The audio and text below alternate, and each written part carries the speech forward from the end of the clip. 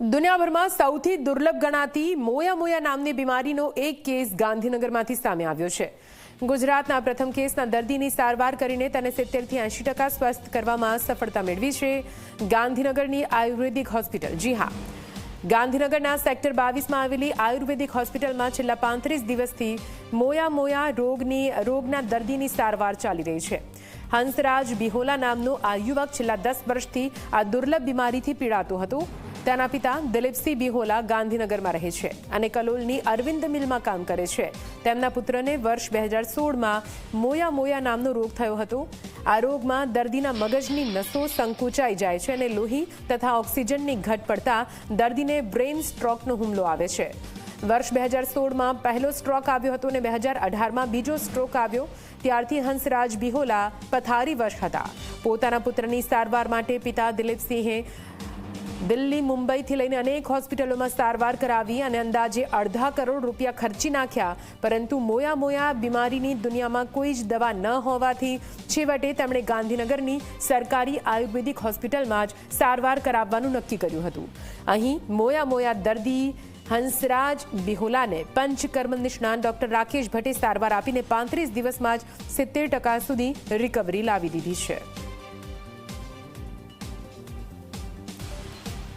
મારા બાબાનું નામ હર્ષરાજ સિંહ દિલીપસિંહ બિહોલા છે।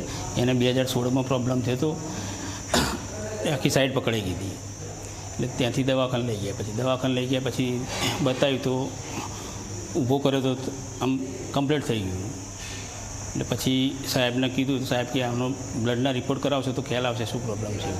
તો બ્લડના રિપોર્ટ કરાવ્યા પછી રિપોર્ટમાં મોયા ડિસીઝ આવ્યું। સાહેબને કંઈ કે અમદાવાદ ન્યુરોલોજીસ્ટને બતાવવું પડશે બાળકોના, ત્યાં ગાડી બતાવ્યું। ત્યાં ગાડી મને એ લોકોએ ખાલી ઇકોસ્પ્રિન ગોળી આવે ને જે લોહી પાતળી થવાની, એ દવા આલી 4 મહિના ચાલુ રખાવી દીધી।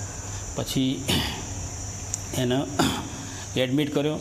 એડમિટ કર્યા પછી ઇન્જેક્શન ડ્યુટી પર લગભગ 20 થી 25 ઇન્જેક્શન આપ્યા છે। આના પાછળ ખર્ચો બી મેં 40-50 લાખ રૂપિયા ખર્ચો કર્યો છે। મોયા બહુ રેરલી થતો રોગ છે અને ભારતમાં તો ખૂબ જ ઓછા લોકોને થાય। મોટાભાગે આ જાપાન, કોરિયા, ચીન ત્યાં થતો હોય છે। નાના બાળકો અને 40 વર્ષથી ઉપરના જે હોય છે એ લોકોને આ રોગ થવાની શક્યતા વધારે હોય છે। તો જ્યારે પણ હર્ષરાજ અહીં આવ્યો ત્યારે એના સિમ્ટમ્સમાં એની વિચારશક્તિ વધારે નહોતી, યાદશક્તિ વધારે નહોતી, બેલેન્સ રાખી નહોતો શકતો, એકાગ્રતાનો અભાવ હતો, ચાલવામાં એને તકલીફ પડતી હતી। ખેંચ પણ આ રોગમાં આવી શકે છે વારંવાર।